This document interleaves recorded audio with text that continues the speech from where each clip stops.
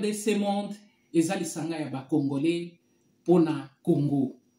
Na kati ya RDC Monde ba diaspora basangani ba ye na mosolo na bango po ete batonga mboka na bango lokola bikolo mosusu batonga oyo ya bango. Yambalo oyo bandeko na ngai ba diaspora ba décider, diaspora ya Congo est décidé ezokita na minute oyo plus de 70 000 c'est quoi, plus de 70 000 vendus na kati ya compte poto koka kosala ba projet na biso boya ebele na ba contribution na bino bandeko na biso poto sala longo to sala makasi poto tonga mboka na biso nga na famille na nga to stoponi RDC Monde pona RDC Monde transparence ezali bolingo ezali sérieux ezali RDC Monde toza ko percer na kati ya kana biso tozokota kaka boyi na kati ya kana tozo ya bandeko na ngai nzambe na nga batela bino apambola.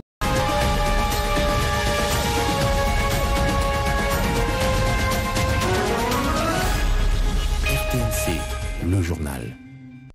Bonjour et bienvenue dans cette édition de 13h à la haine de ce vendredi. Des dizaines de victimes, plusieurs maisons en porte. Le bilan pourrait encore s'alourdir à Bukavu.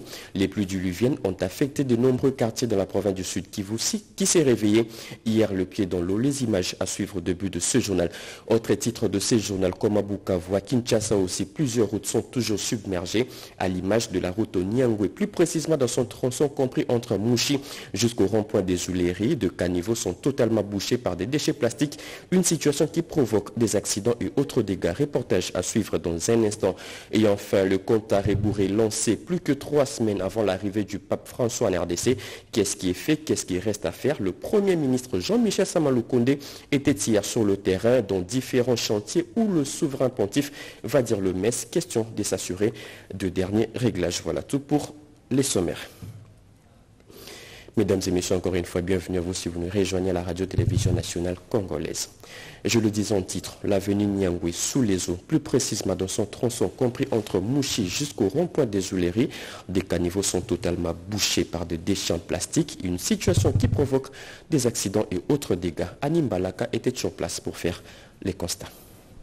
Pour traverser la commune de Lingouala vers d'autres communes de la capitale, la célèbre avenue de Nyangwe, connue pour ses nombreuses terrasses, ressemble aujourd'hui à une rivière pleine des ordures impraticables, provoquant des embouteillages monstres. L'avenue Nyangwe donne aujourd'hui l'apparence d'une rivière en plein centre-ville. Nous sommes ici dans la commune de Lingouala, plus précisément à l'arrêt major entre Mouchi et les ronds-points Ouléries. Les caniveaux sont bouchés, provoquant ainsi des accidents de circulation et la destruction de cette chaussée. C'est donc à chaque pluie que l'eau stagne et sent mauvais. Les habitants de Lingouala que nous avons trouvés sur place ont lancé un SOS auprès des autorités de la ville pour que la situation soit décomptée avant que le macadam ennemi de l'eau puisse être détruite.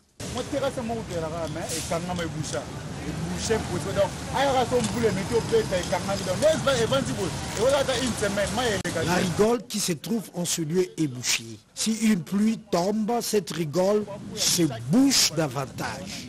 C'est difficile que l'eau ne puisse pas stagner car il y a un problème avec cette rigole. En cas de pluie, toutes les maisons environnantes sont inondées.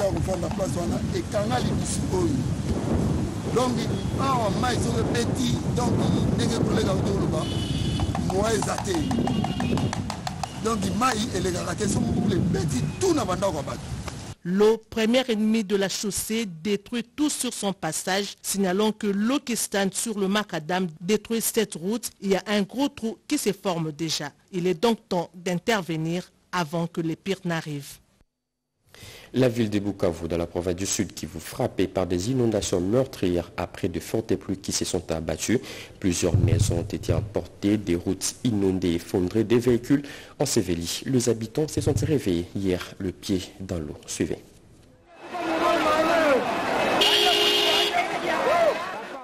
Le bilan provisoire fait état de 3 personnes mortes emportées par les eaux de pluie. 9 autres personnes repêchées de justesse des eaux et internées dans différents hôpitaux. Il y a eu également destruction des infrastructures. Dans les 3 communes, la circulation a été perturbée pendant de longues heures et des routes bloquées complètement, inondées des eaux et des matériaux durs charriés par les eaux de ruissellement.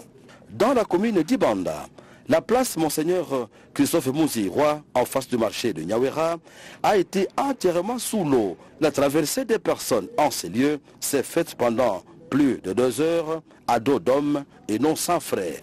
À Irambo, appelé aussi Paysage ou Louziba, plusieurs maisons ont été inondées d'eau et les habitants du lieu ont perdu des biens de valeur. Le lieu étant le déversoir des collines de Vamaro, de Muhungu et de Mukukwe. Alors la population est en difficulté, on ne sait pas, la population ne peut pas rentrer. On est difforme à l'air de mer, pourquoi? Parce qu'il y a... La nationale numéro 2, axe Bukavu-Walungu, a été complètement endommagée, non loin du lycée Ouima, dans la commune de Kadutu, suite à un amas de terre qui a rendu pratiquement impossible la circulation.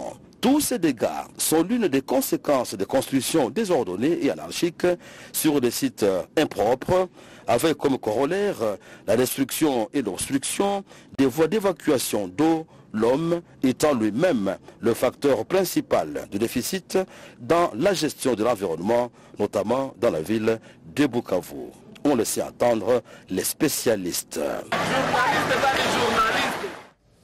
Après 6 mois de travaux de rénovation, le stade municipal Kibasa Maliba peut à nouveau accueillir de matchs locaux et autres spectacles. Les travaux ont permis à ces stades d'avoir un nouveau gazon, de nouveaux vestiaires professionnels ainsi que des gradins flambants neufs, taches noires. Bien que revêtu de sa nouvelle tunique, ces stades ne peuvent pas encore accueillir de matchs internationaux. Suivez.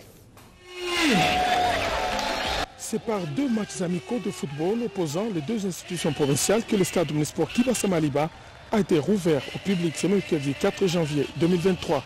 Cela après sa rénovation complète par le gouvernement Kaboula. Sur une pelouse synthétique toute neuve et devant un public installé confortablement dans les tribunes et pourtours équipés de nouveaux sièges aux couleurs du drapeau national, les femmes du gouvernement provincial et celles de l'Assemblée provinciale ont été les premières à s'affronter après le coup d'envoi donné par le gouverneur Jacques Aboula Katoué et le président de l'Assemblée provinciale Michel Katebengoy. Dans une ambiance de fair play, les joueuses des 2 équipes ont livré au public un spectacle en couleur. Au finish, les femmes de l'organe délibérant ont battu celles du gouvernement par 3-1. Sous l'animation des groupes Banadouala de Saint-Éloi-le-Popo et des 100% du tout-puissant Mazembe, l'ambiance monte d'un cran lorsque les équipes masculines des 2 institutions montent sur la pelouse. Le gouvernement provincial avec son capitaine Jacques Aboula Katoué et l'Assemblée provinciale conduite par les députés Modeste Baloy et Robert Kidiaba dans les perchoirs se sont neutralisés sur toute la première mi-temps. Les dribbles du capitaine Jacques Aboula Katoué n'ont pas suffi à départager les 2 équipes qui ont fini la partie par un score vierge de 0 but partout. Les résultats de ce match n'ont pas fait de l'ombre au grand événement du jour qu'a été l'inauguration d'une infrastructure sportive modernisée et qui fera désormais la fierté de la province du Haut-Katanga et du Congo démocratique. Le stade Kibasa Maliba est désormais prêt à accueillir les compétitions locales, nationales et internationales après son homologation par la CAF. Dans tous les cas, le public a découvert ce jour un chef-d'œuvre que Jacques Aboula Katoué vient de mettre à la disposition du monde sportif RD congolais. Le rebours est lancé plus que 3 semaines avant l'arrivée du pape François en RDC. Qu'est-ce qui est fait et qu'est-ce qui reste à faire? Le Premier ministre Jean-Michel Samaloukonde était hier sur le différents chantiers où les souverains pontifes vont dire le messe. Question de s'assurer de derniers réglages. Pati Tondouango, bienvenue le Sala et Julien Piana.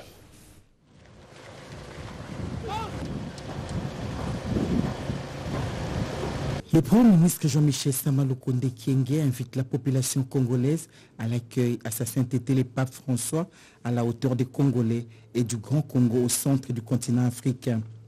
Un événement attendu à Kinshasa à la fin de ce mois de janvier 2023. Jean-Michel Samaloukonde Kyenge s'exprimait ainsi au cours de sa visite du site d'Indolo devant accueillir la grande célébration eucharistique papale. Selon les chefs du gouvernement, ces travaux de réaménagement de ces sites ne sont qu'une mise à jour à la suite du report de cette visite en rapport avec la santé de ces hôtes de marque. On est venu sur le site pour nous assurer des derniers aménagements qui doivent être faits parce que, comme vous le savez, l'arrivée de sa sainteté le pape est prévue ici pour le 31 janvier. Au lendemain, nous aurons cette grande messe liturgique qui sera organisée sur ce site qui sera désormais historique aussi, papal de Ndolo. Il fallait qu'avec tous les services qui sont impliqués dans l'aménagement du site, la sécurisation du site et tous les autres aspects qui doivent être pris en compte pour assurer un bel accueil pour tous les Congolais qui voudront venir assister à cette messe et à cet événement, que l'on s'assure que toutes les conditions sont réunies. Après Ndolo, le chef exécutif national s'est assuré des derniers aménagements faits au à la cathédrale Notre-Dame du Congo et au siège de la conférence épiscopale du Congo Senko. Et nous travaillons conjointement avec l'Église. Depuis le mois de décembre, nous avions reçu confirmation de l'arrivée du pape. Nous le faisons aujourd'hui, ce 5 janvier, parce que nous sommes à quelques jours francs de cette arrivée. Et ce même 5 où, de l'autre côté, nous savons qu'il y a cet événement des obsèques du pape émérite Benoît XVI. C'est aussi l'occasion d'avoir une pensée pieuse à son égard.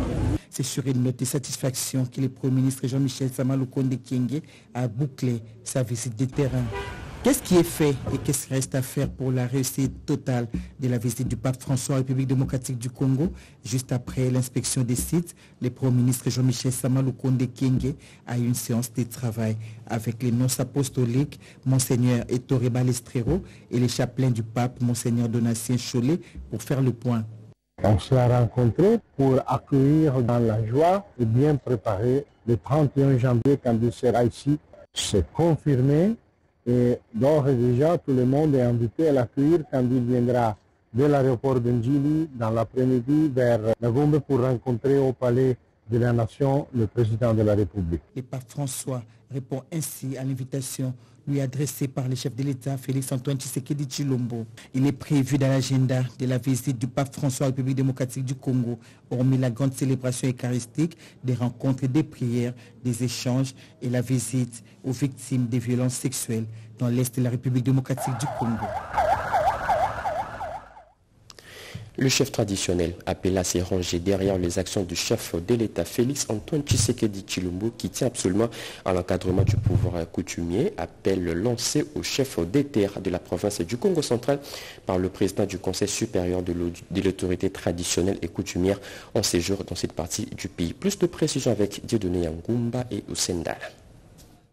Dans le cadre de sa mission de réunir les différents chefs coutumiers pour surseoir l'autorité ancestrale, le président du Conseil supérieur de l'autorité traditionnelle et coutumière, Sa Majesté Fumudifi Mantinu, s'est rendu au Congo central pour sensibiliser le chef coutumier sous le soutien total aux actions du chef de l'État qui tient à l'encadrement des forces coutumières.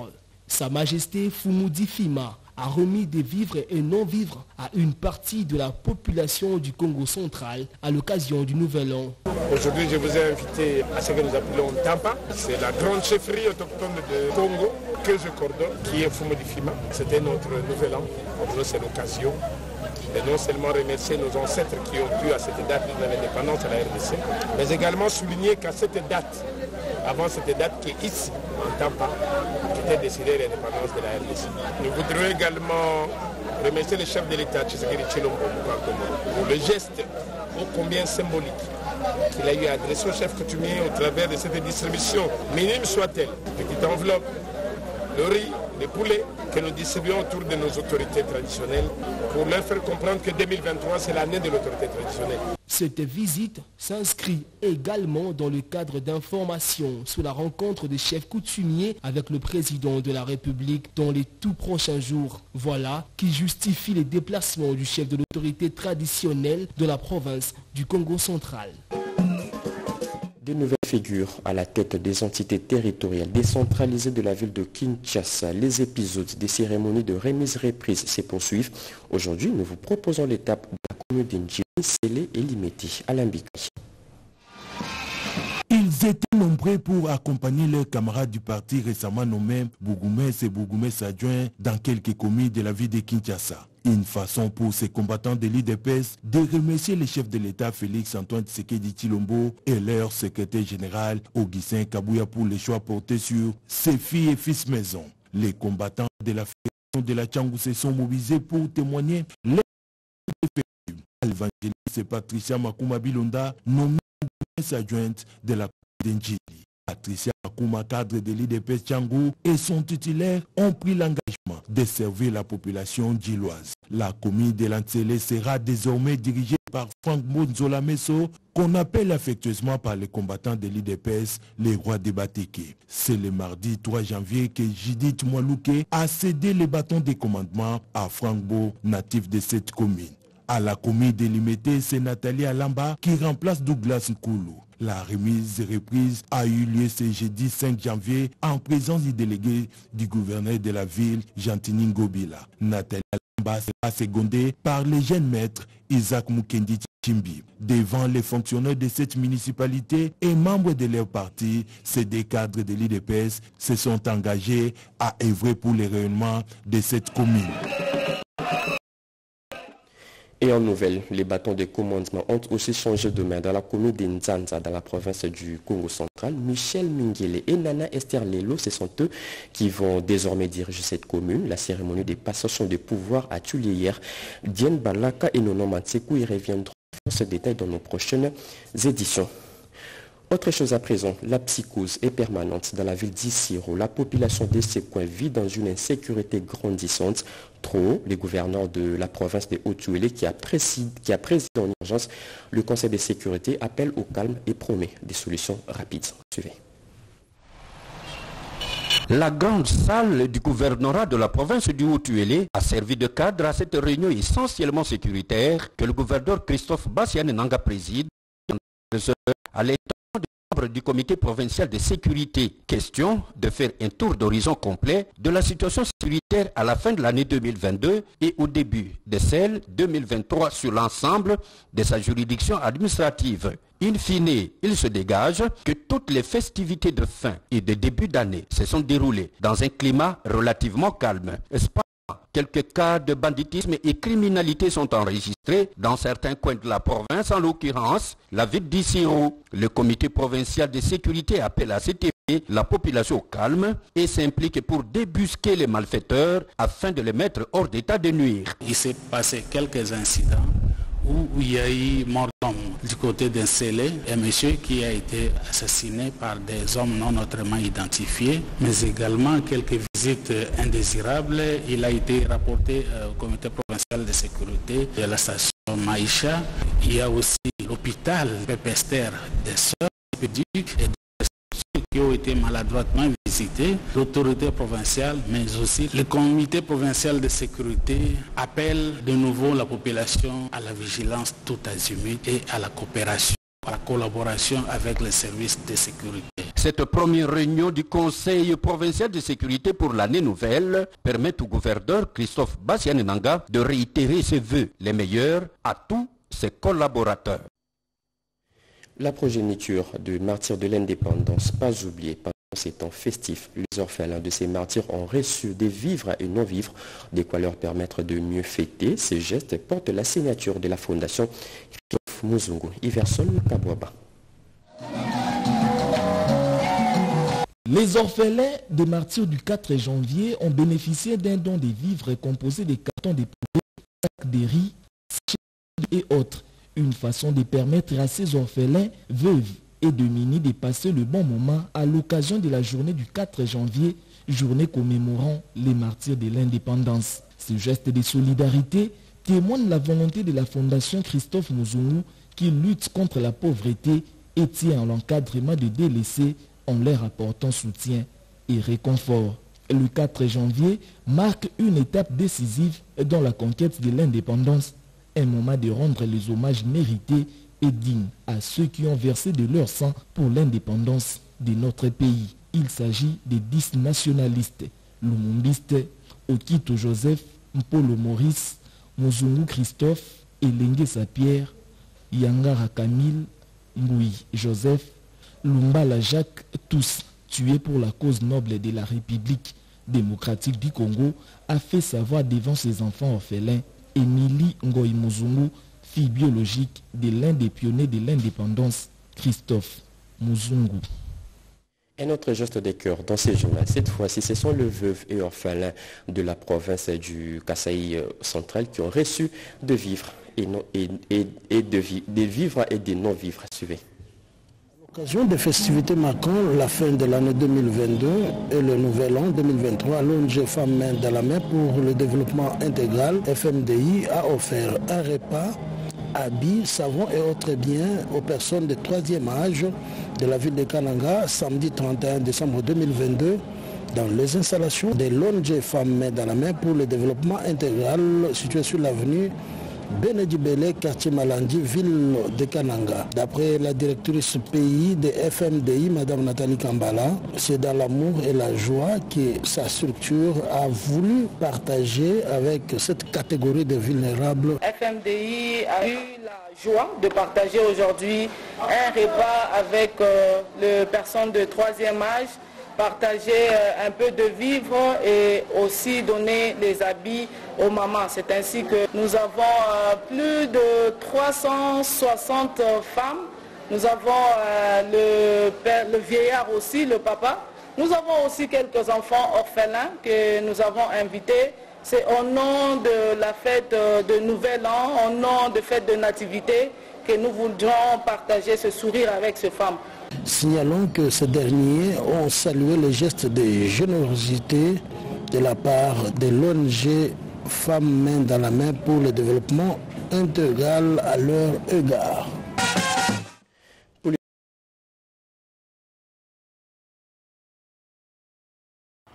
Mes chers compatriotes, la section des forums des intellectuels congolais de l'étranger, section suisse, par ma personne, Dr Richard Mukunji, saisit cette occasion de présentation de vœux de Nouvel An pour se joindre au FIS international sous la conduite du professeur Dr Joël Ngoï afin de présenter nos vœux de Nouvel An aux Congolais tant de la diaspora que ceux de l'ensemble des républiques démocratiques du Congo, de l'Est, du Sud, du Centre et de l'Ouest du territoire national.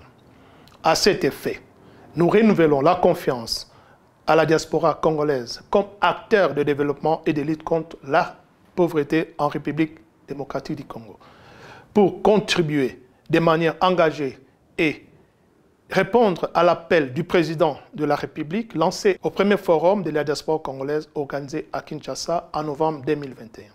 Cet engagement répondra sans nul doute aux défis de mobilisation, de canalisation et de capitalisation des ressources financières et expertise de la diaspora.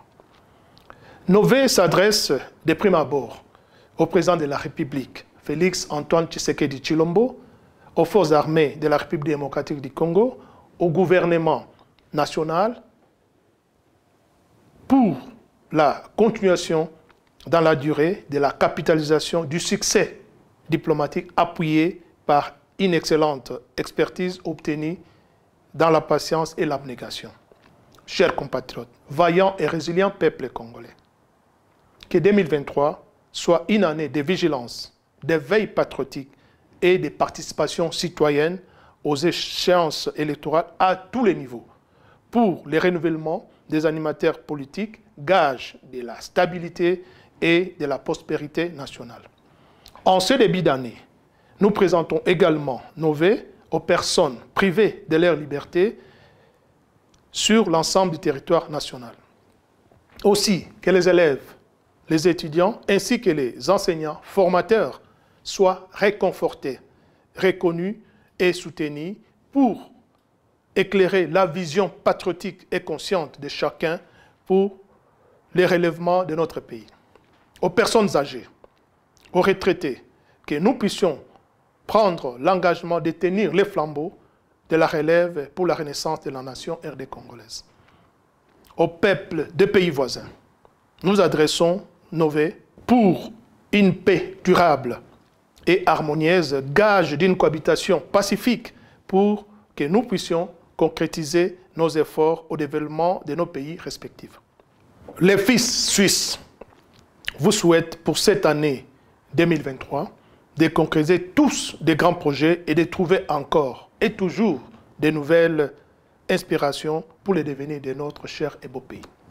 Chers compatriotes, vaillants et résilients peuple congolais, que vos vœux les plus chers se réalisent. Nous vous souhaitons une heureuse année pleine de joie et de sérénité. Que vive la nation congolaise.